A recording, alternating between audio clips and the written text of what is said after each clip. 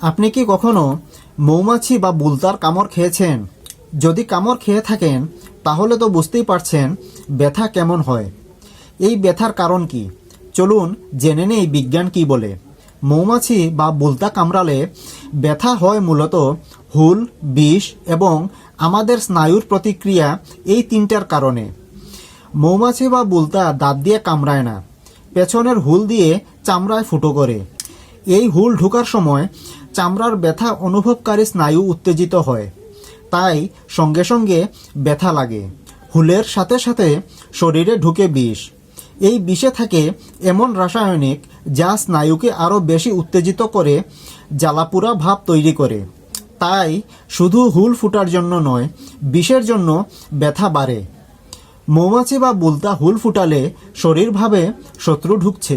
তখন আক্রান্ত জায়গায় রক্ত চলাচল বেড়ে যায় এবং ফুলা, লালচে ভাব ও চুলকানি হয়। এগুলোও ব্যথা বাড়ায়।